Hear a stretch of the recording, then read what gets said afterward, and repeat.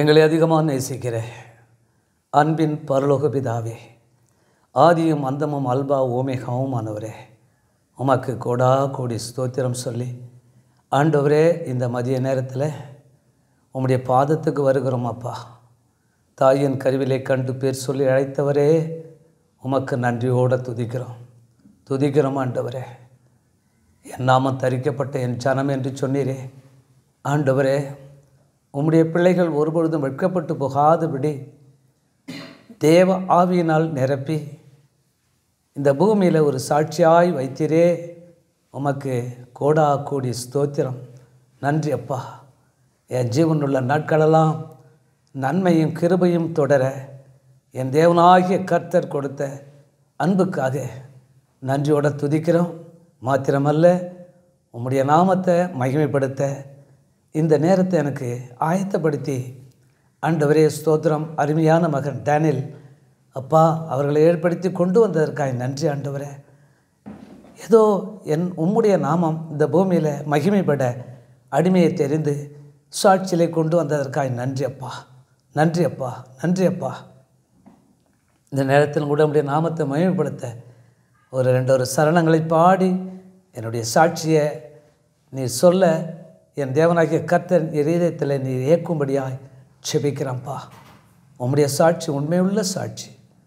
ஆமாண்டவரே, எல்லாவற்றையும் உடைய திருக்கரம் கூட இருந்து எனக்கு ஆசீர்வதிக்கும்படியாக செபிக்கிறேன். ஆசீர்வதியும் பலப்படுத்தும். இயேசுவின் நாமத்தினாலே பிதாவே, ஆமேன், ஆமேன்.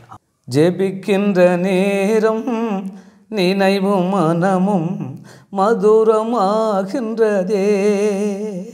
ஜெபிக்கின்ற நேரம் நினைவும் மனமும் மதுரமாகின்றதே, மதுரமாகின்றதே.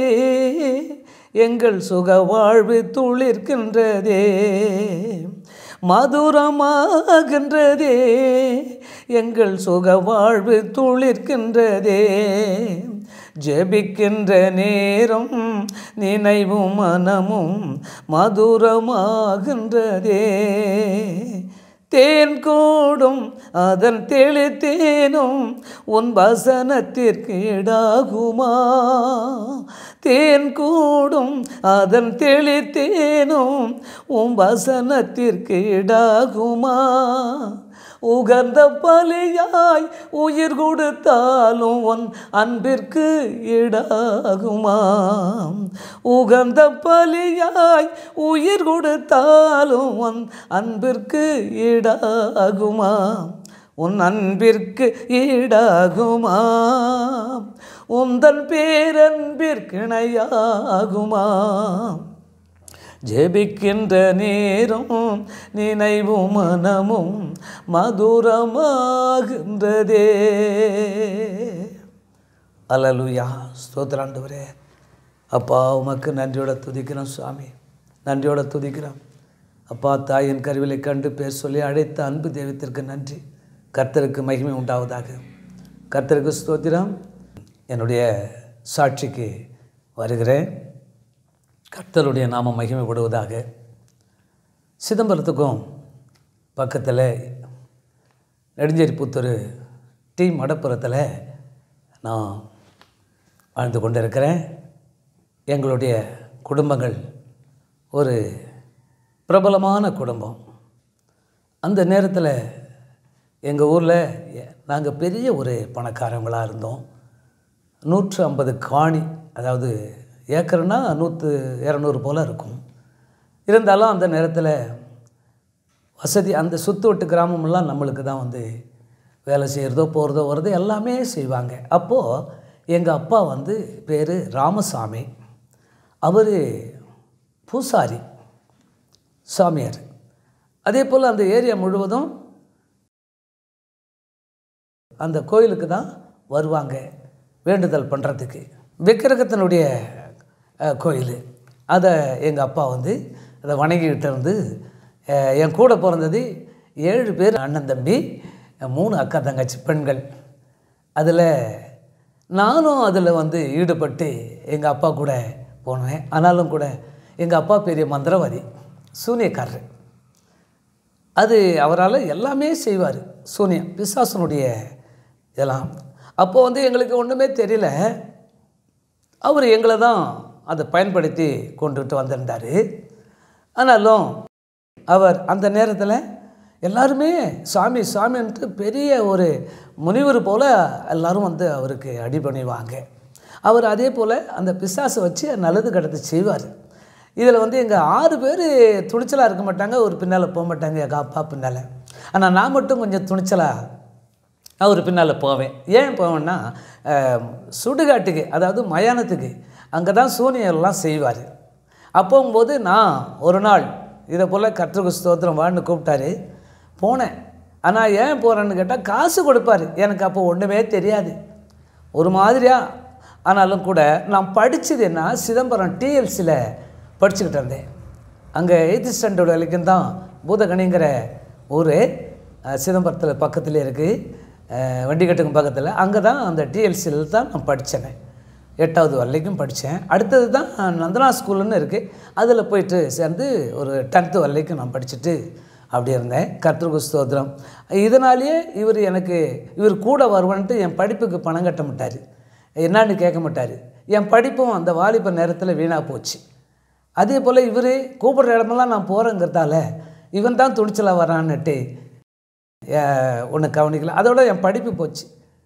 திரும்பி வந்து இவர் அப்படி சித்திரை மாதம் அவங்க கோயிலுக்கு அதெல்லாம் காவடி இதெல்லாம் எடுத்து இந்த விக்கிரகத்துக்கு செய்வாங்க. அப்படி இருக்கும்பொழுது நாளுக்கு நாள் எங்கள் காணி நிலமெல்லாம் குறையிறதுக்கு ஆரம்பிச்சிச்சு.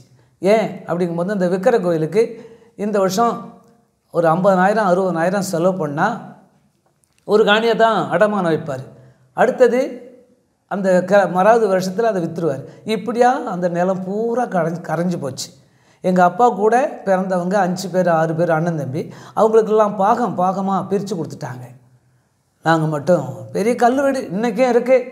அந்த கல்லுவெடி எங்கள் அத்தைக்கிட்ட இருக்கிறாங்க. இவர் கொடுத்துட்டு அந்த முருகன் கோயிலுக்கு எங்களை இட்டுக்கிட்டு வந்துட்டார். பிள்ளைங்கள்லாம் எங்கள் அம்மா எல்லாரையும் இட்டுட்டு வந்து அங்கே தான் ரொம்ப என்ன செய்கிறோம், அந்த பிசாசுனுடைய இடத்துல இருந்த உடனே அங்கே இருந்தால் நல்லா இருந்தோம், பிசாசுக்கிட்ட வந்தோடனே கஷ்டம். அது சரியான முறையில் அதுக்கு தான் தேனி போடுறார தவிர எங்களுக்கு ஒன்றும் காமிக்க காணும். இப்படி இருந்த உடனே ஸ்தோத்திரம், ஒரு நாள் எங்கள் அப்பா என்ன தப்பு செஞ்சாரோ என்னான்னு தெரில. அந்த சூனியம் வருடத்தில் இந்த மாதம் சித்திரை மாதம் ஒரு பையன் செத்தான்னா அடுத்த சித்திரம் அதே தேதி அதே நாளில் ஒருத்தன் சாவுவான். அந்த பிசாசனுடைய திட்டம் போல் இருக்குது. எல்லாரும் அழிச்சிட்டான். எல்லாருக்கும் பேர் இந்த சாமியார் என்ன வச்சான் அப்படின்னா மணிவேலு, சண்முகம், சச்சிதானந்தம், முருகன் இப்படிலாம் வச்சான். ஆனால் எனக்கு பேர் என்ன வச்சான், பக்தன்னு வச்சார். அந்த பக்தன்னு அப்போது எனக்கு தெரியல.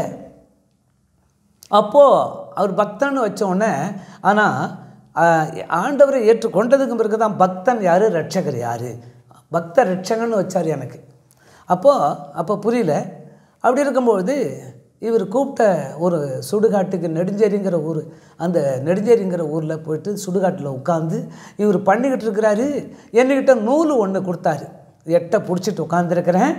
அப்போது எனக்கு ஒரு தூக்கம் மாதிரி வந்துட்டு அந்த நூலை ஒரு செடியில் கட்டிட்டு நான் வீட்டுக்கு வந்துட்டேன், இவர்கிட்ட சொல்லாமல் கொள்ளாமே. அடுத்தது இந்தாண்ட வந்தவுடனே அந்த பிசாசெல்லாம் அவரை என்ன செஞ்சுது, அது என்ன செஞ்சதோ தெரில, வாயால் நாக்கெல்லாம் வெளியே வந்திருக்கு, காதால் ரத்தம், மூக்கால் ரத்தம், கண்ணு முழிச்ச முடியலையே, அப்படியே கொடூரமான சாவு. எந்த இடத்துல இருந்தாரோ அந்த இடத்துல அப்படியே செத்து கிடந்தார்.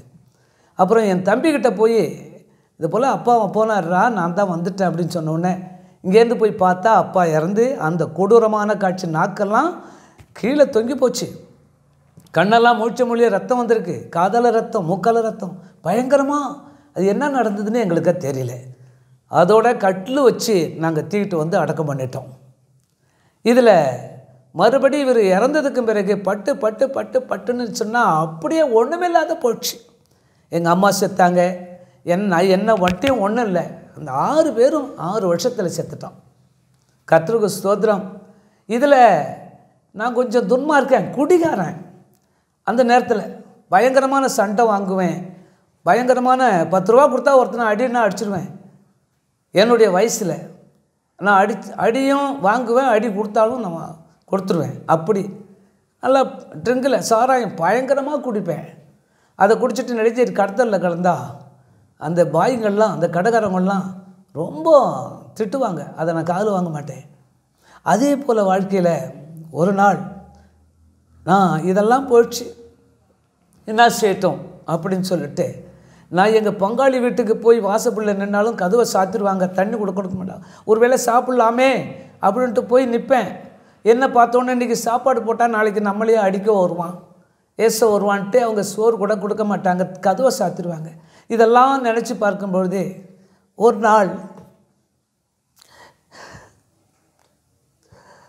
மனுஷனாக இருக்கிறத விட மறிச்சு புள்ளான்னு சொல்லி கவர் எடுத்துக்கிட்டு தூக்கு போட்டு சூசைட் பண்ணிக்கும் அப்படின்ட்டு எடுத்துக்கிட்டு போனேன்.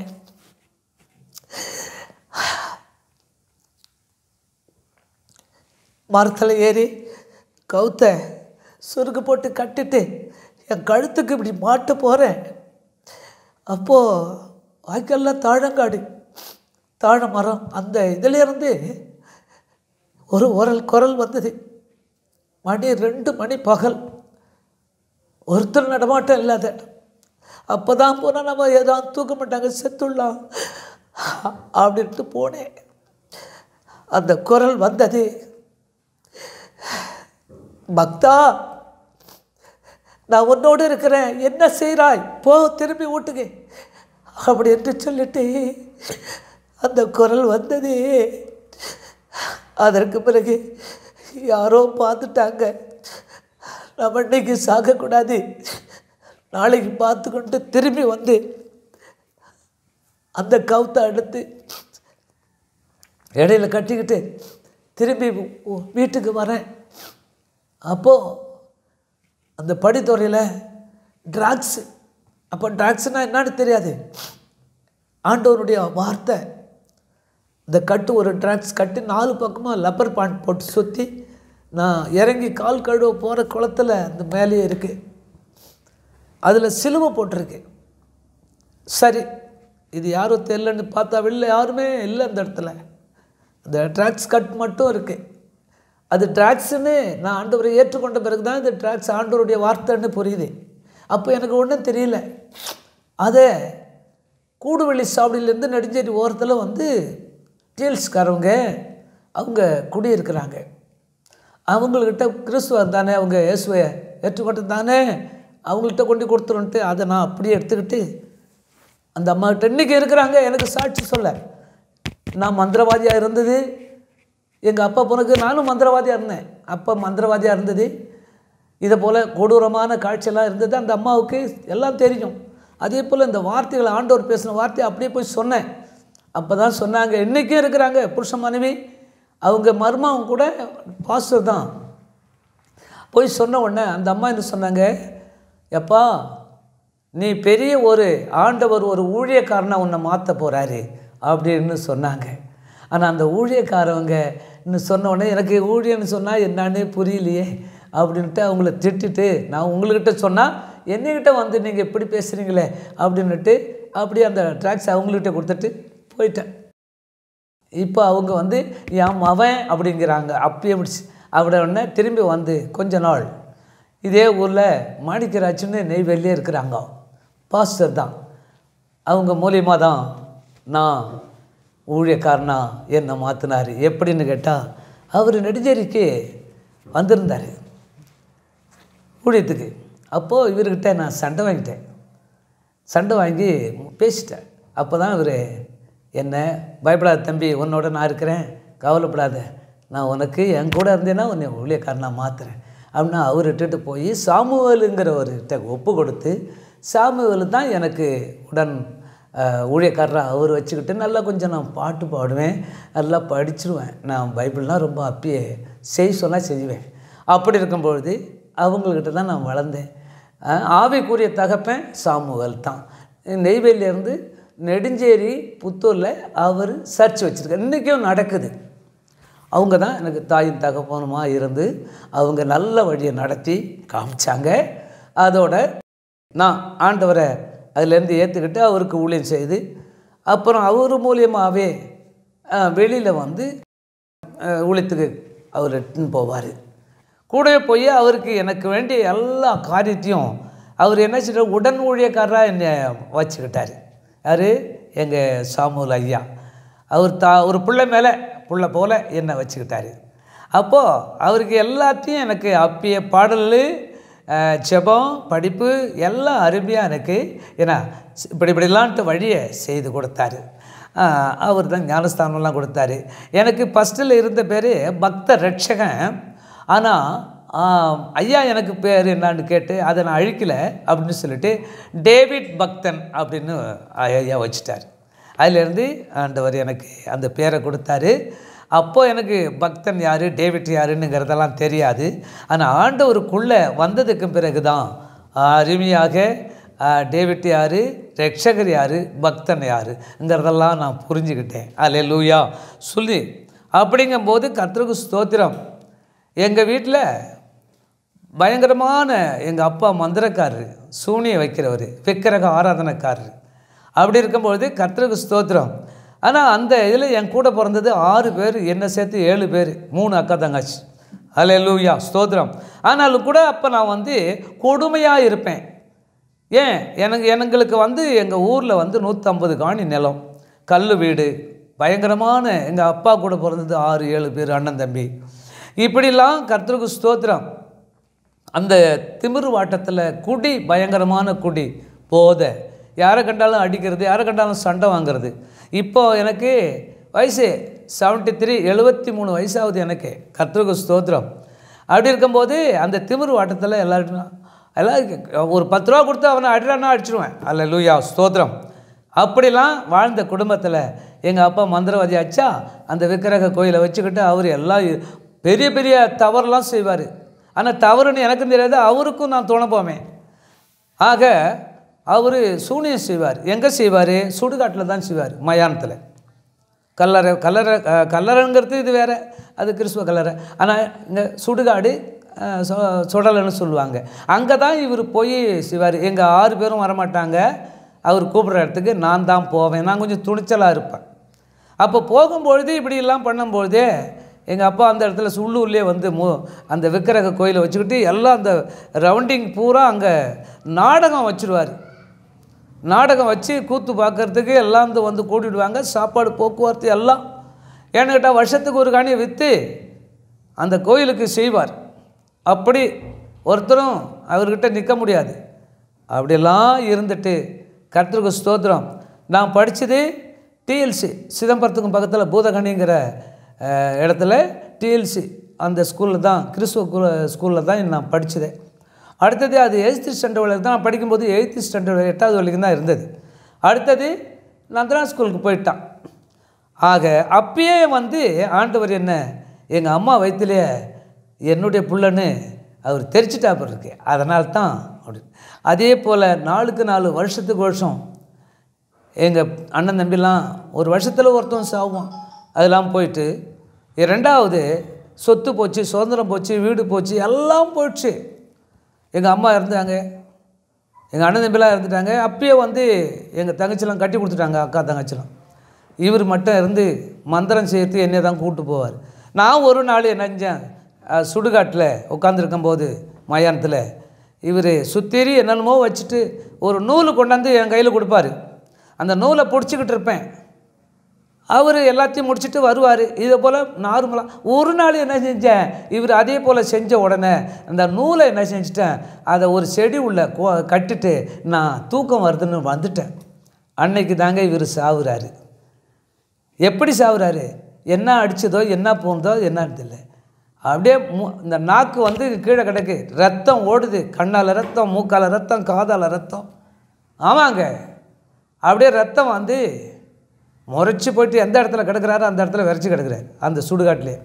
அப்புறம் விடிய காலம் என் தம்பிக்கிட்ட, தம்பி அப்பா இது போல் போகணுன்ட்டா 2 பேரும், அவர் அங்கேயே விட்டுட்டு நான் வந்துட்டேன், வடை போய் பார்த்துட்டு வரும் அப்படின்னு சொல்லிட்டு போனால் அப்படியே விரைச்சி போய் எல்லாம் காதால் மூக்கால் வாயில் ரத்தம் வந்து அப்படியே கிடக்கிறாரு முழிச்ச மொழியிலேயே. கர்த்தருக்கு ஸ்தோத்திரம். அதுக்கு பிறகு இவரை வச்சு காலை இழுத்து வச்சு கட்டி கட்டிலில் வச்சு வீட்டுக்கு தூக்கிட்டு வந்து அவரை அடித்து மூட்டிக்கிட்டு அடக்கம் பண்ணிட்டோம். அதே போல் எல்லாம் போன உடனே மதிக்கிறதுக்கு ஒருத்தரும் இல்லை. நான் மட்டும் சண்டைக்காரன் ஆச்சா, யாரை பார்த்தாலும் சண்டை வாங்குறவன் ஆச்சா, குடிக்கிறன் ஆச்சா. என் பங்காளி வீட்டில் போய்ட்டு வாசலில் ஏதாச்சும் ஒரு கஞ்சி கொடுக்க மாட்டாங்களா, சாப்பிட கொடுக்க மாட்டாங்களா அப்படின்னு போய் நின்னா நான் போன உடனே கதவு சாத்திடுவாங்க. நான் போன உடனே அவங்க பேச மாட்டாங்க. இப்படியா இருந்து ஒரு நாள் என்ன செஞ்சேன், கஷ்டப்பட்டு பார்த்துட்டு சரி இதுக்கு மேலே நம்ம சாவுறது தான் நல்லது, இதுக்கு மேலே ஒருத்தனும் நம்மளுக்கு இது பண்ண முடியல, கெட்ட பேர் அப்படின்னு சொல்லி கவுத்தை எடுத்து இடுப்பில் கட்டிக்கிட்டு இங்கேருந்து போகிறேன். சித்திரை மாதம், கோடை லீவ், வயல்லாம் வெறும் வெய்ய 1:30 மணி 2 மணி இருக்கும். போய் ஒரு கருவ மரத்தில் கவுத்தை போட்டு கழுத்தில் மாட்ட போகிறேன். அப்போது சந்திர வாய்க்கான்னு ஒரு வாய்க்கா இருக்குது. அப்போல்லாம் தாழம் காடுகள்லாம் அப்போ ஒரு 30 வருஷத்துக்கு 25 வருஷத்துக்கு முந்தி நான் சொல்கிறேன். அப்போது அந்த குரல்லேருந்து, இந்த காட்டிலேருந்து ஒரு குரல், அந்த குரலை இது வரைக்குமே நான் கேட்கவே இல்லை. அவ்வளவு மென்மையான குரல். என் பேரை சொல்லி, பக்தா என்ன செய்கிற, உன் பேரை என் உள்ளங்கையில் வரைஞ்சி வச்சுருக்கிறேன் போ அப்படின்னு அப்படியே அரைகிற மாதிரி இருந்தது எனக்கு. அப்போ நான் நினச்சேன், நான் சாவுறத சூசைட் பண்ணிக்கிறதே எவனை பார்த்துட்டான், அவனை நம்ம தப்ப வைக்க மாட்டான், நம்மளை இன்னும் வேலை செஞ்சிருவான்ட்டு அப்படியே தொங்க விட்டுட்டு அவன் கூப்பிட்ட இடத்துக்கு போய் பார்த்தா ஒருவனை காணும். ஒருத்தரை பார்க்க முடியல. அதுக்கும் பிறகு தான் சரி இவன் எவனோ பார்த்துட்டான், நாளைக்கு நம்ம இந்த வேலையை செஞ்சுக்கோன்ட்டு மறுபடியும் வந்து அந்த கைத்தை எடுத்து மறுபடியும் கட்டிக்கிட்டு வீட்டுக்கு வரேன். வீட்டுக்கு வந்து குளம் இருக்குது பக்கத்தில், அந்த குளத்தில் தான் கழுவ போகிறான். அது மேலே அந்த ட்ராக்ஸு இப்போ ட்ராக்ஸ்ன்னு சொல்கிறேன், அது அப்போ எனக்கு என்னன்னு தெரியாது. ஆனால் அதில் சிலுவை போட்டிருந்துங்க. அப்போது கூடு வழியிலேருந்து நெடுஞ்சல்ல ஒருத்தவங்க வந்து அந்த ரோட்டில் குடியிருக்கிறாங்க. அவங்க கிறிஸ்துவங்க, டீல்ஸ் கிறிஸ்துவங்க.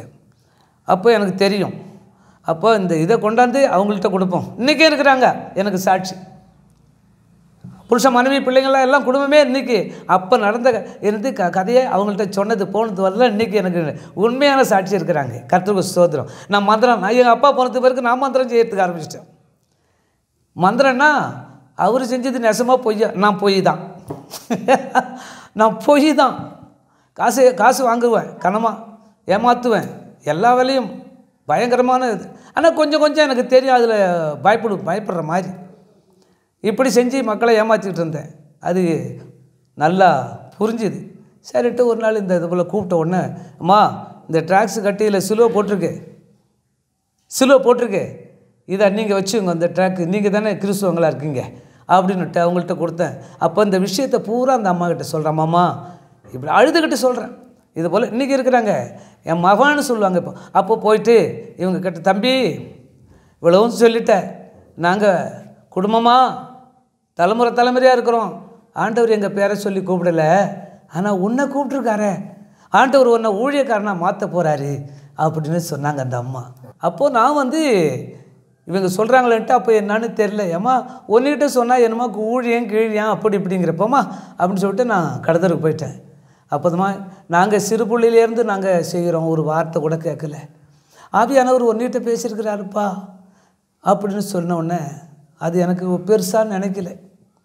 அப்புறம் திரும்பி நான் போயிட்டு அப்புறம் இங்கே தான் நெய்வேலியில் மாணிக்கராட்சிங்கிறவர் எல்லாருக்கும் தெரியும் ஐயாவுக்கு. அவர் அங்கே சாமுவேல் சபைக்கு ஊழியத்துக்கு வந்திருக்கிறாரு. அவர் தான் என்னை தொட்டு சாமுவேல்கிட்ட என்னை ஒப்படைச்சி அவர் அதிலேருந்து பல அப்படியே ஆண்டவரை தெரிஞ்சுக்கிற அளவுக்கு அப்படியே கொஞ்சமாக என்னை கொண்டு வந்தார். அப்போது ஒரு ஊழியக்காரன்கிட்ட போகும்பொழுது எல்லா குணமும் அப்படியே மாறுது. இந்த துன்மார்க்க குணம், துன்மார்க்கன பேச்சு, துன்மார்க்கனோட வழி எல்லாத்தையும் அவர் ஜெபம் பண்ண அவர் கூட நான் போக அவர் ஊழியத்துக்கு என்ன எட்டு போகிறது உடன் ஊழியக்காரர். அதிலேருந்து அவர் விசுவாசியை வச்சு தாம் சொந்த புள்ள மாதிரி சாமுவேல் என்னை பயன்படுத்தினார். அம்மா இருக்கிறாங்க, பையன் இருக்கிறாரு, அவர் தான் ஐயா தான் இறந்துட்டார். கர்த்தருக்கு ஸ்தோத்திரம். ஆனாலும் இப்பயும் நெடுஞ்சலில் அந்த ஊழியம் நடந்துக்கிட்டு தான் இருக்குது. மகனும் தாயும் அங்கே இந்த ஊழியத்தை செய்கிறாங்க. இருந்தாலும் அடுத்தது என்னன்னு கேட்டால் நான் படித்தது படப்பை, 2வது திருச்சி, 3வது கன்னியாகுமரி. இந்த 3 இடத்துலையும் ஆண்டவர் என்னை பயன்படுத்தி அழகாக வேதத்தினுடைய வார்த்தைகளை கொடுத்து ஊழியம் செய்ய ஆரம்பித்தார். 1. 2வது இப்படி இருக்கும்போது இந்த காணி பூமி எல்லாம் போயிடுச்சுங்க. நான் நிறுவல் நின்னேன். கோயில் மட்டும்தான், அந்த விக்கிரக கோயில் மட்டும்தான் இருக்குது, ஒருத்தரும் இல்லை. அப்போ நான் பார்த்தேன், சோத்திரம், ஆண்டவருக்குள்ளே போன பிறகு, ஆண்டவர் ருசித்த பிறகு இது என்ன அப்படின்ட்டு ஒரு நாள் நேராக நின்று, உன் விக்கிரகமே இந்த இடத்துல இருந்த வரைக்கும் போதும், உனக்கு எத்தனை பேர் இருக்காங்க, நான் இந்த இடத்த இடிச்சிட்டு மெய்யான தெய்வத்தை நான் கொண்டாட போகிறேன், நீ கிளம்பு அப்படின்ட்டு ஒரு மனுஷன்கிட்ட சொல்கிற மாதிரி சொல்லுது. அது கேட்டுதா கேட்கலையோ, உனக்கு 1 மாதம் கெடுவு தரேன், அதுக்குள்ளே ஓடிப்போ, நீ என் குடும்பத்தை கெடுத்து வரைக்கும் போதும், என் அண்ணன் தம்பியை நீ சாவடிச்சது போதும், நீ கிளம்பு, உனக்கு மேலே இதுக்கு மேலே இந்த சூடம் காட்டினவன் யார் கிடையாது, கிளம்பலாம் அப்படின்னு சொல்லி முடிச்சுட்டு நான் போயிட்டேன். 1 மாதம் வரைக்கும் இதை போல் ஐயா கிட்ட சொன்னேன், போய் ஐயா இதை போல் நான் செய்ய போகிறேன் அப்படின்னாரு. அதுக்கு ஐயா சிரித்தார், சாமுல் ஐயா சிரித்தார். ஏன்னா அதுக்குள்ளே இவ்வளவு பெரிய ஒரு ஆண்டவர் ஒன்று இவ்வளவு இது பண்ணிருக்கிறாருன்னு. கர்த்தருக்கு ஸ்தோத்திரம். எனக்கு ஊழியம் செய்யணும் அப்படிங்கிற ஒரு விருப்பம் வந்துச்சுங்க உங்கள் கூட அப்படின்னு. தாராளமாக செய் அப்படின்னாரு. அதோட 1 மாதம் போச்சு. அடுத்தது கொத்தனாருவில் அதை இடிக்கிறவனுள்ள கூப்பிட்டா ஒரு பையன் வரலிங்க, ஒரு ஆள் வரலிங்க. என்னடா இவர் ஊட்ட இடிப்பான்னு கூப்பிட்டா, ஊட்ட பிரிப்பான்னு கூப்பிட்டாக்கா, இவர் கோயிலை இடிக்கிறதுக்கு கூப்பிட்றாரு. ஐயா அதெல்லாம் எங்களுக்கு தெரியாது, அதில் எவ்வளோ பாம்பு இருக்குது, உங்கள் அம்மா கூப்பிட்டு பாம்புக்கு பால் வைப்பாங்க, அதெல்லாம் நம்மளுக்கு தெரியாதப்பா, நாங்கள்லாம் வரமாட்டோம், வேறு யாராச்சும் கூப்பிட்டு, இப்படியா ஒருத்தனும் எங்களை பண்ணிட்டான். அப்புறம் பார்த்தா நம்மவே செஞ்சுமே, ஆண்டவர் நம்ம கூட இருக்கிறார், பார்த்துக்குவார் அப்படின்ட்டு ஒரு நாள் பாறை எடுத்தேன், அடித்து சுத்தேறி அடித்து தள்ளி கல் எல்லாத்தையும் தள்ளு வடக்கால பக்கம் வந்தேன். ஆனால் அப்போ வச்சு செவரு இந்த சாமியார் 2 அடி 2-3 அடி கூட இருக்கும், அந்த அளவுக்கு அகலமாக வச்சுருக்கான். அந்த வடக்கால பக்கம் செவுத்தை இடிக்கும்பொழுது அதில் தான் ஒரு சல்லடை அகலத்துக்கு அப்படியே பாம்பு அந்த இடத்துல வட்டமிட்டு வழன்னு இருக்குது. இடித்து தள்ளின உடனே நம்ம கீழ்கால் பெருசோட பெருசாக இருக்கும், அப்படியே தூக்கி சுன்னு ஊதுது. பாரு கையில் வச்சுக்கிட்டு நின்னேன் பாரு, இந்த அது காற்று எப்படி என்னுடைய நெத்தியில் அடிக்குதுன்னா, ஐஸ் கட்டியை வச்சா எப்படி அடிக்காது அதை போல் அடிக்குது. ஒரே ஒரு முழந்தான், அந்த பாம்பு அப்படியே சாய்ச்சிதுன்னா என் நெத்தியில் தான் கொத்தும். அது அந்த அளவுக்கு கிட்ட நிற்கிறேன்.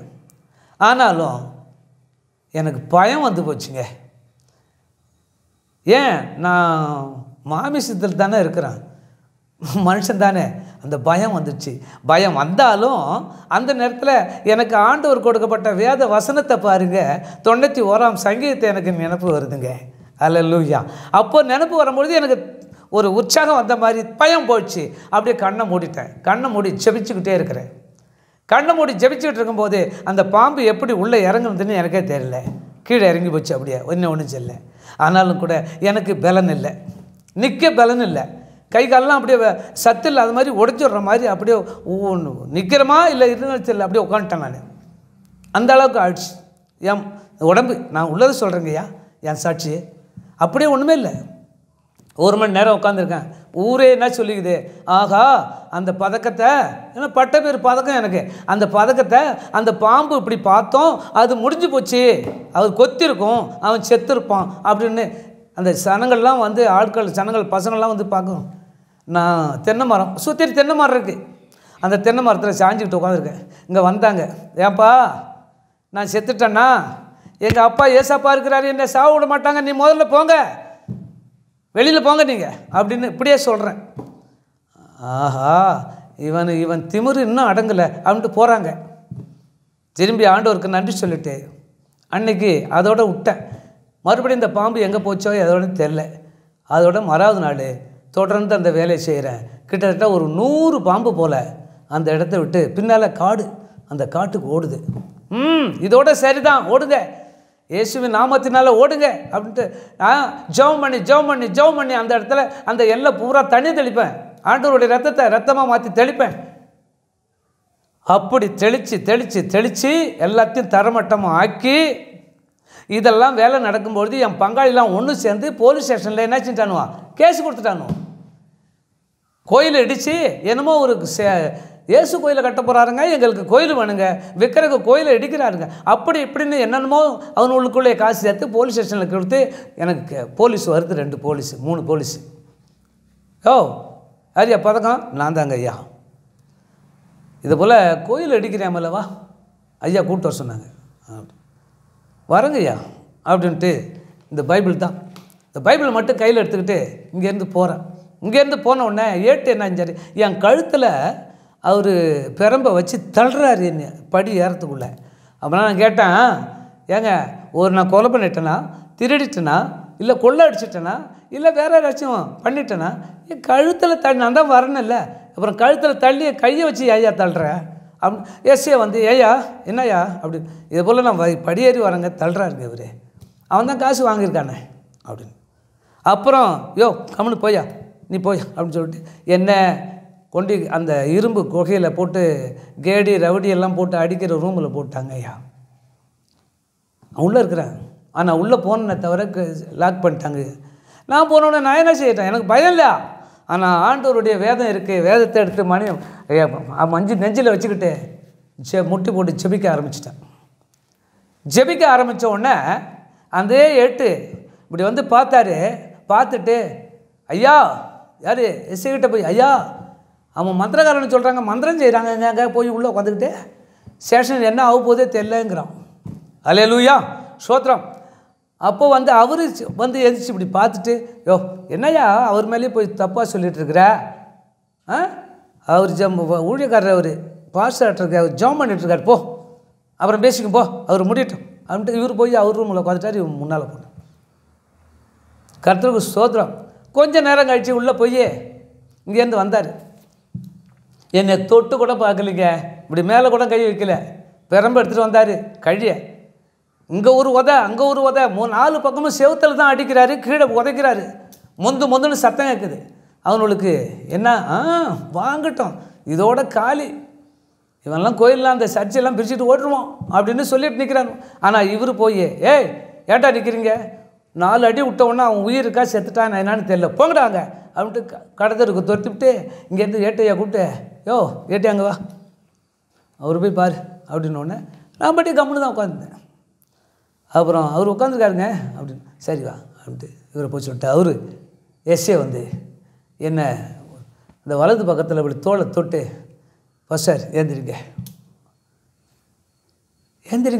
அப்படின்னு சொல்லிட்டு வா அவர் ரூமில் முன்னால் சேரை போட்டு எகுத்தால உட்காருங்க, நான் உட்காரு நிற்கிறேங்க ஐயா உட்காரியா அப்படின்னு சொல்லி உட்கார வச்சு என்ன சொல்கிறாரு, ஒன்றை நான் அடிச்சிருந்தேன்னா என் வேலையும் போயிருக்கோம், என் பிள்ளைக்குட்டிலாம் நடுதலில் நின்று இருக்கோம் ஐயா, நீ நல்ல மனுஷன் ஐயா, ஊழியக்காரவங்கள்லாம் தப்பு செய்வாங்க செய்ய மாட்டாங்கன்னு எங்களுக்கு நல்லா தெரியும், பரவாயில்ல நீ இவ்வளவும் பொறுமையாக உட்காந்து அருமையாக செஞ்சுட்ட, பரவாயில்லையா, அந்த பயலோ வேணும் அவனை செய்து என்னென்ன ஏட்டிப்படி செஞ்சுருப்பானுவான், அது ஓன் இடம் தானே, என் இடம் தாங்க, ஒரு பொதுப்படையில் இல்லையா அதெல்லாம் கிடையாதுங்க, ஓன் இடத்துல நீ செய்யறதுக்கு அவனுக்கு ஏயா அப்படின்னு என்கிட்ட ஆறுதல் சொல்லிட்டு, இதுக்கு மேலே அவனை ஏதாச்சும் வந்து சொன்னால் உடனே ஃபோன் பேசு நான் வந்துக்கிறேன் அப்படின்னு சொல்லிட்டு எனக்கு ஜெபம் பண்ணுன்னாரு. அல்லேலூயா. ஐயா நான் தான் சொன்னேன், ஐயா உங்களுக்கு நான் அங்கே உள்ளே ஜெபம் பண்ணிட்டேங்க ஐயா அப்படின்னா, அப்படியா அப்படின்னு சொல்லிட்டு சிரிச்சுட்டு சரி இப்போ பண்ணேன் அப்படின்னாரு. நான் பண்ணுறேன், நீங்கள் எதுவும் நினைக்கக்கூடாது சொல்லுங்கள், தாயின் கருவிலை கண்டு பேர் சொல்லி அழைத்த அன்பு தெய்வம் வானத்தையும் பூமியும் அண்ட சராசரத்தையும் உண்டாக்கப்பட்டவருடைய பாதப்படியில் நம்ம மண்டிட்டு காலில் செவிக்கணுங்க அப்படின்னு. என்ன செய்யணுன்னாரு, அப்படியே பேண்டை எடுத்துகிட்டு முட்டி போடுங்க அப்படின்னு ஒரு எஸ்ஏவை ஸ்டேஷன்லிங்க. இது உண்மையான சம்பவம். கர்த்தருக்கு ஸ்தோத்திரம். என் வாழ்க்கையில் என்னுடைய ஊழியத்தின் பாதைகளில் அப்பா செய்த அற்புதம் இது. நான் செய்யலை, ஒன்று கூட நான் செய்யலை, தேவன் என்னோடு கூட இருந்த தேவன் செய்த ஒரு சாட்சிக. அப்படியே பேண்டை எடுத்தாரு, முட்டி போட்டார், கையில் தலையில் கையை வச்சு ஜெபிக்க அந்த அதிகாரி கலங்கி கதறி அழறாரு, கண்ணீரிடுறாரு. ஆமாம், இது உண்மையான காட்சி. இந்த சாட்சி தேவன் கேட்டுக்கிட்டே இருக்கிறார். அவருடைய கண்களுக்கு காதுக்கும் மறைபொருள் இந்த உலகத்தில் ஒன்றுமே இல்லை. ஒவ்வொன்றையும் அளந்துக்கிட்டு இருக்கிறாரு, பார்த்துக்கிட்டு இருக்கிறாரு, கேட்டுக்கிட்டு இருக்கிறாரு. கர்த்தருக்கு ஸ்தோத்திரம். இந்த கடைசி காலத்தில் எச்சரிக்கையாக இருக்கணுங்க. நீனும் நானும் எச்சரிக்கையாக இருக்கணும். கர்த்தருக்கு ஸ்தோத்திரம். அதே போல் ஜெபம் பண்ணிவிட்டு எழுந்திரிச்சிட்டு அப்போ தான் சொன்னார், உன்னை அடித்தேன், இந்த அளவுக்கு நீங்கள் இருக்கிறீங்கன்னா நான் நினைக்கலையா, பரவாயில்ல அப்படின்னு சொல்லிட்டு 1001 ரூபா எனக்கு காணிக்க கொடுக்க வராரு கையில். ஐயா நான் வாங்க மாட்டேன், இது மோசமான இடம், அது சொல்கிறேன்னு வருத்தப்படாதீங்க, பாவங்கள் நிறைஞ்ச இடம், இது பரிசுத்தமான இடமா இருந்தால் செய்யலாம் அப்படின்னு சொன்னேன். என்ன பாவம் என்ன பாவங்கிறார். இல்லைங்க, இங்கே பொய் பேசுவாங்க, பலவிதமான வார்த்தைகள்லாம் இங்கே உண்டாகும். இது நீங்களும் அதை நான் சொல்கிறேன்னு வருத்தப்படுதுங்க ஐயா, நீங்களும் பலவிதமான காசெல்லாம் வாங்குவீங்க, அது இந்த காசு எனக்கு தேவையில்லைங்கன்னு அதுக்கு தான் அவர் சொன்னார், ஐயா அவனும் கருத்த காசு இல்லை ஐயா, இது என்னுடைய சொந்த உழைப்பு, என் வீட்டிலேருந்து எடுத்து வந்த காசு, என்கிட்ட 1001 ரூபாய் என் பாக்கெட்டில் வச்சார். கர்த்தருக்கு ஸ்தோத்திரம். அதை எடுத்துக்கிட்டு வேண்டான்னு சொல்லும்போது விடலை, சரின்ட்டு வச்சுட்டார். அப்புறம் எடுத்துகிட்டு வந்தேன். அதோட இவனும் கடத்தில் நின்றுக்கிட்டு வருஷலாம் நிற்கிறானோ பார்த்தேன். அல்லேலூயா. கர்த்தர் உங்களை ஆசீர்வதிப்பார். இந்த அளவுக்கு வச்சுருக்கீங்களே, கர்த்தர் உங்களை ஆசீர்வதிப்பார். கர்த்தர் உன்னோடு இருக்கிறவர், என்னோடு இருக்கிறார், என்னோடு இருக்கிற உன்னை நல்லா ஆண்டவர் மனம் திரும்ப வைப்பார் அப்படின்னு சொல்லிட்டு கர்த்தருக்கு ஸ்தோத்திரம். அவனு ஆச்சரியப்படுறானோ, என்னடா இது அடித்து நொறுக்கி என்னப்போ சாவுறான் பிழைக்கிறான்னு சொன்னார், இவன் என்னமோ இப்படி நடந்து போகிறான் அப்படிங்கிறான். ஆனாலும் கூட அந்த வருடத்தில் கர்த்தருக்கு ஸ்தோத்திரம், என்னை முதல்ல தீட்டுப்படுத்தினவன், கேஸ் கொடுத்தவன் தூக்கு போட்டுட்டு சேர்த்தான் அந்த மாதத்துலேயே. அல்லேலூயா. என் கண்ணு முன்னால் என் சொந்த ஊர்லேயே இந்த சம்பவங்க, நான் அடுத்த ஊரில் சொல்ல, என் சொந்த ஊர்லேயே நான் பிறந்த இடத்துலையே நான் வச்சு இது பண்ணுறேன். ஒன்று. ரெண்டாவது, அந்த இடத்த 2 வருஷம் அப்படியே போட்டு மலஞ்சலம் கழிக்கிற இடமா போட்டு அங்கே போகிறவங்க வரவங்களெல்லாம் அந்த இடத்துல தான் போவாங்க, அதை நான் கண்டுக்க மாட்டேன். அப்புறம் ஆண்டவர் ஒரு நாள் பேசினார், பக்தன் ஒரு ஊழியக்காரர் மூலமாக. அந்த விக்கிரகம் இருந்ததில்ல, அதுக்கு எகுத்தால கிழக்கால பக்கம் தெற்கு வடக்கில் என்ன செய்கிற 11 அடி அகலம் 35 அடி நீட்டு போட்டு கட்டு அப்படின்னாரு. அதே போல் கர்த்தருக்கு ஸ்தோத்திரம், நான் கட்ட ஆரம்பித்தேன். ஆண்டவருடைய நாமத்தினால குழி நோண்டி ஜெபம் பண்ணி அந்த இடத்துல கால் எடுத்து வச்சேன். ஒருத்தர் என்ன சொன்னார், என் சொந்த ஊர்லையே நாகூராங்கிறவர், அவர் தம்பி நீ சபை கட்டுறன்னு கேள்விப்பட்டேன், நம்ம கொத்தில் 10 கழி வெட்டிக்க அவராக சொல்கிறாரு. ஆண்டவர் எவ்வளோ அற்புதம் பாருங்க. போய் அதுக்கு ஆள் வச்சு 10 கழியை ஓசிலே காசே இல்லை எட்டு வந்து போட்டேன். அப்புறம் இன்னொருத்தர் அப்படியே சில கழிகளெல்லாம் அந்த மூங்கில் கழிகளெல்லாம் கிடச்சிது, அதெல்லாம் போட்டு கூரை அப்படி போட்டு ஆளு கட்சி கட்டி அந்த இடத்துல அற்புதமான அதிசயங்களை செய்தார் ஆண்டவர். அப்படி செய்து அந்த இடத்த மறுபடி கொஞ்சம் ஒரு 10 வருஷமோ என்னை பற்றி எல்லாம் அந்த இடத்துல செஞ்சேன். அருமையாக ஆண்டவர் காட்சி கொடுத்து மறுபடி அதை அந்த இடத்துல பேசினார். யார்? சீர்காழி தங்கத்துறைங்கிற பாஸ்டர், அவர் பெரிய பாஸ்டர் சீர்காழியில். அவர் வந்து பேசுகிறாரு. என்ன பேசுகிறாரு? பாஸ்டர் டேவிட் பக்தன், இந்த இடத்துல நீ ஒரு காலம் போடலாமே அப்படின்னாரு. கர்த்தருக்கு ஸ்தோத்திரம். போட்டுருங்கய்யா, ஏதோ கொஞ்சம் உதவி பண்ணுங்கய்யா. நான் நேராக உண்மையிலே கேட்குற மாதிரி கேட்குறேன், கொஞ்சம் உதவி பண்ணுங்கய்யா, காலம் கம்பிலாம் வாங்கணுமே, சிமெண்ட்டெல்லாம் வாங்கணுமேங்கிறேன். செய்கிறையா அப்படின்ட்டு அப்படியே மறைஞ்சிச்சு. அப்புறம் தூக்கத்தில் எப்படி என்னடா இது என்னமோ காண்றோம், ஐயா பேசியிருக்காரு போட்டிருக்குன்ட்டு எனக்கு ரொம்ப சந்தோஷம். அதே போல் கர்த்தருக்கு ஸ்தோத்திரம், அந்த ஒரு 6 மாதத்துக்குள்ளே அந்த குடிசையை அந்த செப வீட்டை முன்னாடி இருந்ததெல்லாம் பிரித்து விட்டுட்டு அந்த இடத்துல காலம் போட்டு அந்த இடத்துல பில்டிங் கட்ட ஆண்டவர் ஆசீர்வதிச்சிருக்கிறாரு. இப்போது அந்த இடத்துல தான் நாம் ஊழியம் செஞ்சிட்ருக்கோம். சொந்த ஊர்லேயே அநேக பேர் நம்மளுக்காக உதவி பண்ணிக்கிட்டு இருக்கிறாங்க. கர்த்தருக்கு ஸ்தோத்திரம். அது நான் கேட்க மாட்டேன். அதிலிருந்து நான் வந்து ஒரு விவசாயி, எல்லா வேலையும் செய்வேன். ஒரு வேலை எனக்கு தெரியாத வேலை கிடையாது, எல்லா வேலையும் செய்வேன். விவசாயத்தில் வீடு கட்டுவேன், வைக்க போடுவேன், கூரடிப்பேன், ஓடு போடுவேன், செவுரு வைப்பேன், எல்லா வேலையும் அத்துப்படி. ஆனாலும் அப்போ பட்ட கஷ்டம் பயங்கரமான கஷ்டம். இவ்வளவு வேலை 1000, 500, 800 சம்பளம் வாங்குவேன், கையில் காசு இருக்காது, அவ்வளோ கஷ்டம். ஆனாலும் ஆண்டவருடைய வேலை செய்ய அந்த கஷ்டம் இந்த 23 வருஷம் எங்கே இருக்குன்னே தெரியல. என்ன அந்த சேத்துல இறக்க விடல ஆண்டவர், ராஜா மாதிரி வச்சுட்ருக்கிறார். எனக்கு வண்டி வாங்க தகுதி இல்லை, எனக்கு வண்டி கொடுத்தாரு, 2 வீலரு பெரிய வண்டி அருமையாக கொடுத்துருக்கிறாரு. ஏன் மெட்ராஸில் ஒரு பேங்கில் வேலை செய்கிற மேனேஜருடைய வண்டி அது. அவருக்கு ஒரு ஜெபம் பண்ணேன், அது அந்த நேரத்தில் ஆண்டவர் அந்த அற்புதத்தை செய்தார். அவர் வச்சிருந்த கை வண்டியை என்கிட்ட கொடுத்துட்டு ஒரு புது வண்டியை வாங்கிக்கிட்டார் மேனேஜர் கோடம்பாக்கத்தில். ஸ்தோத்திரம். இப்படி என்னுடைய ஆண்டவர் அழைத்த ஊழியத்தில் இன்னும் வல்லமையாக எடுத்து பயன்படுத்துவார். அதே இடத்துல இப்போது அநேக விசுவாச பிள்ளைகள் வர்றாங்க, அருமையாக ஊழியம் செய்கிறோம். இன்னும் சில இக்கட்டு இருக்குது. சுத்திரி மதில் செவரு ஒருத்தர் கட்டி கொடுத்தாரு, சபையை சுத்திரி. அதெல்லாம் இப்படி பண்ணிக்கிட்டு இருக்கிறோம். இன்னும் ஆண்டவனுடைய கிருபையினால் இந்த சாட்சியை கேட்டு நீங்களும் உண்மை உள்ள தெய்வம் என்னன்னா இயேசு மட்டும்தான் இந்த உலகத்தில், வேறு எந்த தெய்வமும் கிடையாதுங்க.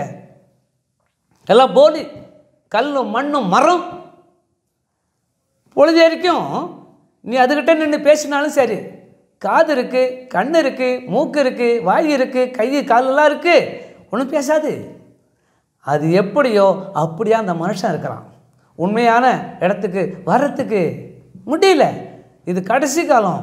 அப்பா சொல்லியிருக்கிறாரு, நான் வருவேன், வரும்பொழுது இந்த பூமியில் பல அதிசயங்களை நான் தோன்ற பண்ணுவேன்னு சொல்லியிருக்கிறாரு. அது கட்டாயம் நடந்துக்கிட்டு இருக்கு. இன்னும் ஒன்று முக்கியமான விஷயம் என்ன தெரியுங்களா? இந்த உலகத்தில் பல விதமான பேச்சுக்கள்லாம் அப்பயே பேசின 2000க்கு பிறகு உலக அழிவுன்னு. அப்போ அழிஞ்சிக்கிட்டு வருதா இல்லையா?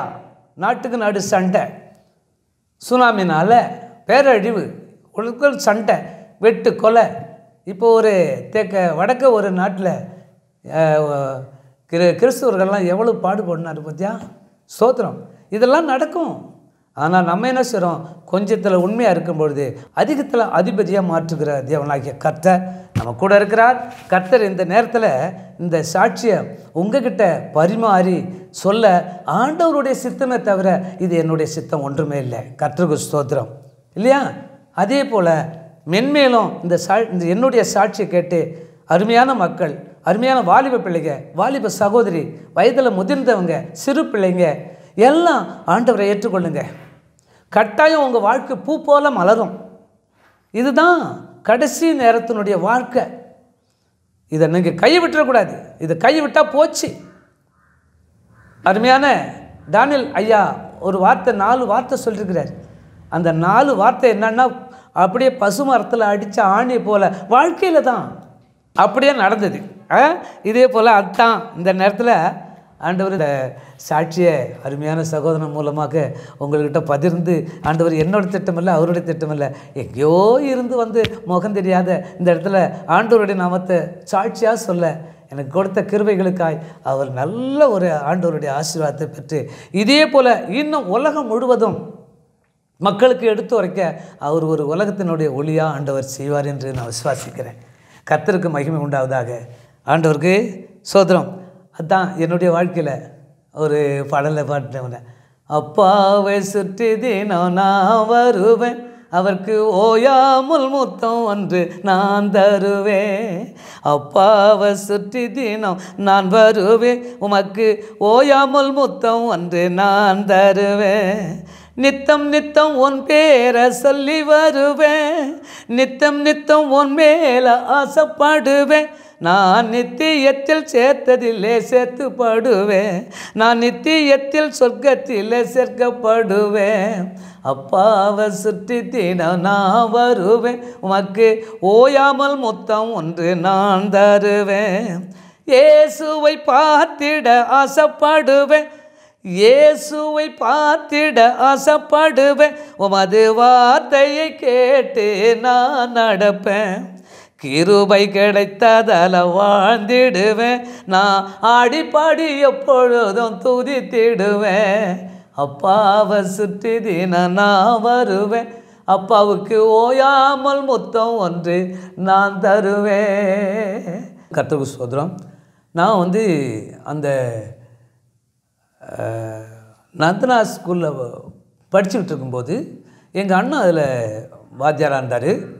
அப்போ அவர் தான் சொன்னார், தம்பி எல்லாம் போயிட்டாங்க, இதில் ஒன்று தான் நான் வேலைக்கு கொண்டாந்து வச்சேன். அதில் நான் வந்து வாட்ச்மேனாக இருந்தேன் நந்தனா ஸ்கூலில். அதிலே படித்து நான் அப்புறம் இதெல்லாம் கவனிக்கலன்னொன்னே திரும்பி இதை போல் கஷ்டப்படுறானுன்னு எங்கள் சித்தப்பா பையன் அதில் ஹெச்எம்மாக இருந்தார். அவர் கொண்டு அதே ஸ்கூலில் என்னை வேலைக்கு வாட்ச்மேன் வேலை கொடுத்தாரு. அது போல் செஞ்சுக்கிட்டு இருந்தேன். செஞ்சுக்கிட்டு இருக்கும்போது தான் ஆட்கொண்ட நத்தம், எங்கள் ஊருக்கும் பக்கத்துலேயே நெடுஞ்சேரி புத்தும் பக்கத்துலேயே ஆட்கொண்ட நத்தம். அந்த ஆட்கொண்ட நத்தத்தில் நான் வந்து கொஞ்சம் இந்த சிலம்பமெல்லாம் விளையாடுவேன். அந்த ஊரில் என்னுடைய சோடி பிள்ளைங்கள்லாம் இருந்துதான். அதில் போகும்பொழுது கோவிந்தசாமி அப்படிங்கிற ஒருத்தர் என்கிட்ட ஃப்ரெண்டாக ஆனார். அப்போ அவர் தங்கச்சி அங்கே வயசுக்கு வந்து வீட்டில் இருந்தது. இவருக்கு வீட்டுக்கு போகும்பொழுது நான் என்ன செஞ்சேன், அந்த பொண்ணு மேலே நான் ஆசைப்பட்டேன். அல்லேலூயா, சோத்திரம். இது வாலிபத்தில் இல்லைங்க, தவறாக நினச்சாதீங்க. பண்ணோன்னே அவங்களுக்கு என்ன செஞ்சுட்டாங்க, அவங்க அப்பா இறந்துட்டாங்க, அம்மா இருக்கிறாங்க, இந்த பொண்ணு இருக்குது.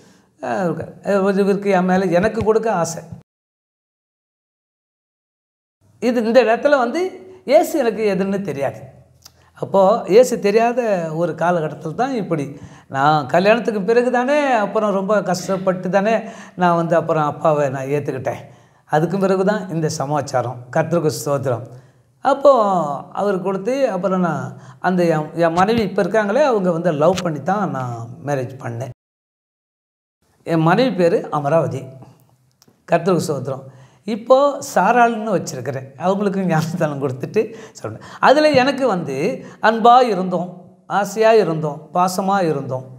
அதே போல் அவங்க எல்லாத்துக்கும் எனக்கு ஒத்துழைப்பு கொடுத்தாங்க. அந்த நேரத்தில் தான் அங்கே எங்கள் அண்ணன் வந்து எங்கள் அக்கா பொண்ணு ஒன்று இருந்தால் அதை கட்டிக்கோ அப்படின்னு சொன்னாங்க. எனக்கு வேண்டாம், நான் எனக்கு பிடிச்ச பொண்ணை நான் கட்டிக்கிட்டாங்கண்ணா அப்படின்னு. அந்த வெறுப்பில் எனக்கு அந்த வேலையை கொடுக்கல, வீட்டுக்கு துரத்திட்டார். ஸ்தோத்திரம். ஆனால் இருந்தாலும் பரவாயில்ல அப்படின்னு சொல்லிட்டு தான் அப்புறம் அப்படி இருந்துட்டு தான் அவங்க கொஞ்சம் ஏழைப்பட்டவங்க தான் இருந்தாலும் நாங்கள் வாழ்ந்த விட்டு குடும்பமாச்சு. அந்த இடத்துல போய்ட்டு அந்த பையனுக்கு வாக பொண்ணுமேன்னு மற்றவங்களாம் சொல்லியிருக்கிறாங்க. அதை வச்சு தான் அந்த பொண்ணு எனக்கு மனமாற நேசித்தது. இப்பொழுதும் அன்பாக தான் இருக்கிறோம். அதே போல் ஆண்டவருக்குள்ளே வரும்பொழுது அதுக்கும் இசைந்து தான் எல்லாத்தையுமே நாங்கள் கூடி செஞ்சோம். இப்போது பொண்ணு ஒன்று பையன் ஒன்று எனக்கான். பொண்ணை கல்யாணம் பண்ணி கொடுத்துட்டேன். அதுக்கு 2 பையன் இருக்கான். அந்த பையன் எனக்கு ஊழியத்துக்கு உதவியாக இருக்கிறானுங்கோ. ஒருத்தவன் 10வது, ஒருத்தவன் 8வது படிக்கிறான். என் பையன் இன்னும் கல்யாணம் மேரேஜ் ஆகல. அவன் கராத்தே மாஸ்டராக இருக்கிறான். 2வது இந்த சமையல் கலையில் படிச்சுட்டு அதில் கூட அவன் இருக்கிறான். ஊழியத்துக்கும் அவன் உதவியாக இருக்கிறான். என்னுடைய பொண்ணு பேர் பாரதி, என் மனைவி பேர் அமராவதி, என் பையன் பேர் பிரபு. என் பேரனுக்கு நான் வச்ச பேர் தாவீது ராஜா. இன்னொரு பையன் பேர் இளஞ்செழியன். இப்படி வச்சு இப்போ என் பையன் இப்படிலாம் இருந்தோம். ஆண்டவனுடைய கிருபையினால் ஆண்டவர் நேசித்தோம். அருமையாக ஆண்டவர் ஊழியத்தை கொடுத்தாரு. ஊழியத்தில் அருமையாக சாட்சியாக அந்த ஏரியா முழுவதிலும் எல்லாருமே நம்மளுக்கு சாட்சியாக இருக்கிறாங்க. அதே போல் கர்த்தருக்கு ஸ்தோத்திரம். நான் முதல்ல சொல்லிட்டேன், வாழ்ந்தாலும் இயேசுவுக்காக, நான் இருந்தாலும் இயேசுவுக்காக அப்படிங்கிற ஒரு வைராக்கியம். என் குடும்பமே எல்லாமே ஆண்டவருக்காக தான் ஊழியத்தை செய்துக்கிட்டு இருக்கிறோம். மீண்டும் இன்னும் அநேக மக்களை ஆண்டவருக்குள்ளே நாங்கள் விசுவாசிகளாக கொண்டு வருவோம்னு சொல்லி விசுக்கிறோம். இதெல்லாம் வந்து என்னுடைய திட்டம் இல்லை, தேவனுடைய திட்டம். மீண்டும் ஆண்டவருடைய வேலையை தொடர்ந்து நாங்கள் செய்வோம்னு சொல்லி ஆண்டவருடைய பொற்பாதத்தில் நாங்கள் செபிச்சுக்கிறோம். நீங்களும் அதே போல் ஆண்டவர் உண்மை உள்ள தெய்வத்தை ஏற்றுக்கொள்ளுங்க. கர்த்தர் உங்களோட கொடுப்பார். ஒவ்வொரு குடும்பத்தையும் பேர் சொல்லி அழைப்பார். உங்களையும் வந்து ஒரு வார்த்தை சொன்னால் போதுங்க, உங்களுடைய வாழ்க்கையெல்லாம் செழிப்பாக ஆண்டவர் மாற்றுவார். இன்னும் ஒரு ஆண்டவருடைய வார்த்தையை கொண்டு சொல்கிறேன். இதை போல் இந்த ஊழியத்தை செய்கிற டானியல் ஐயா இலவசமாக தான் செய்கிறாங்க. அவங்களுக்கு கொடுக்கப்பட்ட அவங்களுடைய சாட்சியை கேட்கும்போது பயங்கரமாக எனக்கு ஒரு 10 நிமிஷம் தான் கேட்டேன். என்னால் இதை விட தாண்டி இருக்குது அவங்களுக்கு பட்ட கஷ்டம். இருந்தாலும் ஆண்டவர் அவரே அருமையாக எடுத்து அவருடைய வார்த்தைகளையும் சாட்சிகளையும் உலகம் முழுவதும் இன்னும் வல்லமையாக எடுத்து பயன்படுத்துவார் என்று சொல்லி ஆண்டவருடைய கரத்தில் ஒப்பு கொடுக்குறேன். அவருக்காக நீங்கள் செபிங்க. ஒரு மனைவி மக்கள் பிள்ளைகள் ஊழியத்துக்காக செபித்து கொள்ளுங்க. கர்த்தருக்கு ஸ்தோத்திரம். ஆண்டவரே, இந்த வீடியோவை கர்த்தருக்கு ஸ்தோத்திரம் எடுத்துக்கிட்டு இருக்கிறேன். ஆண்டவரே, கொடுத்த கிருபை ஆண்டவரே சப்பா, அதற்காக ஸ்தோத்திரம், நன்றி செலுத்துகிறேன். கர்த்தருக்கு மகிமை உண்டாவதாக. எங்களை அதிகமாக நேசிக்கிற அன்பின் பரலோக பிதாவே, ஆதியும் அந்தமும் அல்பா ஓமேகாவும் ஆனவரே, வானம் உமது சிங்காசனம், பூமி உமது பாதபடி. ஆண்டவரே, நீர் அழைத்த அழைப்பும் கிருபை வரமும் மாறாது. ஆண்டவரே, அருமையான மகன் தானியேலை கர்த்தாவே, தாயின் கருவிலை கண்டு பேர் சொல்லி அழைத்து பல வருடங்களாக, பல மாதங்களாக, பல நாட்களாக அவர் பட்ட கஷ்டம் எத்தனையோ. ஆனாலும் கூட ஒரு விடாப்பிடியாக ஆண்டவர் என்னை ஒருபொழுதும் தாயின் கருவிலை கண்டு பேர் சொல்லி அழைத்த அன்பு தெய்வம் ஒருபொழுதும் என்னை விடமாட்டார் என்று சொல்லி ஆண்டவர் ஒரு வைராக்கியத்தோடு இந்த வீடியோ மூலமாக இந்த உலகம் முழுவதும் உம்முடைய வார்த்தைகளையும் உம்முடைய சாட்சிகளையும் பல பல ஊழியக்காரர்களையும் கொண்டு இந்த ஊழியத்தை செய்து வருகிற அந்த மகனை, அவர் கொடுக்கப்பட்ட மனைவி பிள்ளைகள் எல்லாம், சொந்த பந்தம் உற்றார் உறவினரையும் என் தேவன் ரெட்டிப்பான நன்மைகளை கொடுத்து ஆசீர்வதித்து இந்த உலகத்திற்கு ஒரு உப்பாக எடுத்து பயன்படுத்தும்படியாக செபிக்கிறேன். ஆண்டவரே, பரிசுத்த ஆவியானவரே, உம்முடைய வேதத்தில் பார்க்கிறோம், தானியேல் சிங்க குகையில் கிடக்கும் பொழுது ஆண்டவரே அந்த சிங்கங்களுடைய வாய்களை கட்டினீர். அதே போல இந்த ஊழியத்திற்கு தடையாக இருக்கிற பொல்லாத சத்துரு போராட்டத்தை மகனுடைய வாழ்க்கையில் வராதபடி தேவ ஆவியானவர் கூட இருந்து பாதுகாத்து வழிநடத்தி இன்னும் மென்மேலும் பலுக பெருக செய்ய என் தேவனுடைய ஆசீர்வாதம் இருப்பதாக. ஆண்டவரே, உடைய நாமத்தை வைத்து இந்த ஊழியத்திற்காக செபிக்கிறேன். ஆசீர்வதியும், பலப்படுத்தும், சகாயம் செய்யும். இயேசு கிறிஸ்துவின் விலையேற பெற்ற நாமத்தினால ஜெபத்தை எடுக்கிறோம். தூய பிதாவே, ஆமென். அன்பான கிரைஸ்ட் காலிங் டிவி நேயர்களே, இப்பொழுது நமது ஆவியானவரின் ஏவுதலின்படி ஒரு ஜெப கோபுரம், அதாவது கிரைஸ்ட் காலிங் பிரேயர் ஹவுஸ் நிறுவ பிரயாசப்பட்டு கொண்டிருக்கிறோம். ஆத்தும தாகமும் ஆண்டவரின் தரிசனமும் உள்ளோர் எங்களோடு இணைந்து கரம் கோர்த்து இந்த கிரைஸ்ட் காலிங் டிவி ஜெப வீட்டை கட்டி எழுப்பலாம். வேதம் சொல்லுகிறபடி அவனவன் விசனமாயும் அல்ல, கட்டாயமாயும் அல்ல, உற்சாகமாய் கொடுக்கிறவனிடத்தில் தேவன் பிரியமாயிருக்கிறார் என்கிற வார்த்தையின்படி பாரமுள்ளவர்கள் எங்களுக்காக உதவ முன்வாருங்கள். மேலும் விவரங்களுக்கு எங்களை தொடர்பு கொள்ளுங்கள். தொடர்புக்கு 7677599029. வாருங்கள், நாம் இணைந்து தேவனுடைய ராஜ்யத்தை கட்டுவோம்.